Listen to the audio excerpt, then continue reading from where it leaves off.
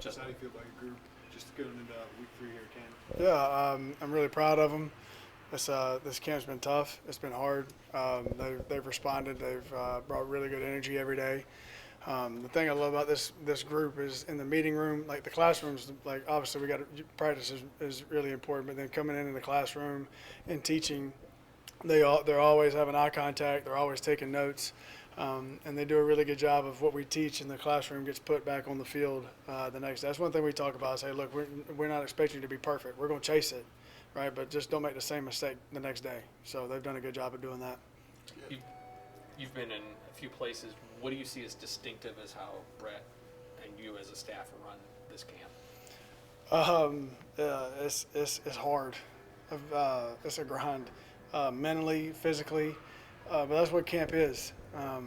Like every day I'm amazed about how organized Coach B is, and there's nothing that goes on in this building that he doesn't have his hand in and knows what's going on. That would be I guess the structure of it, and the way we use our time is really good. He does a really good job with that of leading us as coaches, and then obviously it goes down to the players. So it's been a tough camp, but I think it's been really good. The obligatory Zakhari Franklin question. If you had to pinpoint like the biggest points of growth for him from day 1 of camp to now, like what's that look like? Probably just getting himself back familiar with the offense. He had been away from Coach Loney for several years, so just some of the little nuances that we've started to do here.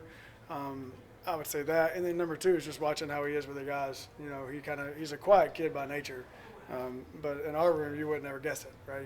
He does a really good job of helping the young guys and encouraging those guys, and to see him and Pat and some of the older guys kind of how they gel together has been really cool. So he's done a really good job of diving into that room and not just being, okay, hey, I'm here for Zakhari Franklin, but I'm here for the team.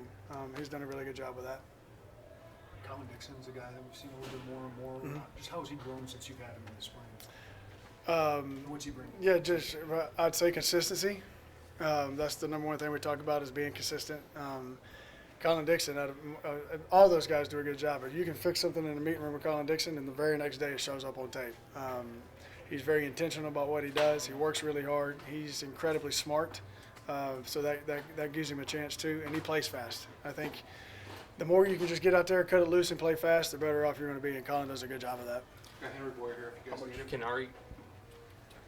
Kanari talked about, his speed, but he has to be careful not to overrun his window with a quarterback. How do you do that? Do you have to pull back? It's a feel. That's what we tell him. Hey, look, you got to get over there and you got to have a little bit of a feel for where you're at in relation to timing. We talk in our room timing and spacing relative to the quarterback and when he's supposed to throw it. And he did. He gets over there so fast so many times he kind of runs himself out of those windows. So it's just getting him to tempo it, right, and just have a feel for where he's at in the progression, where he's at in the read and all that. And he's done a good job with that.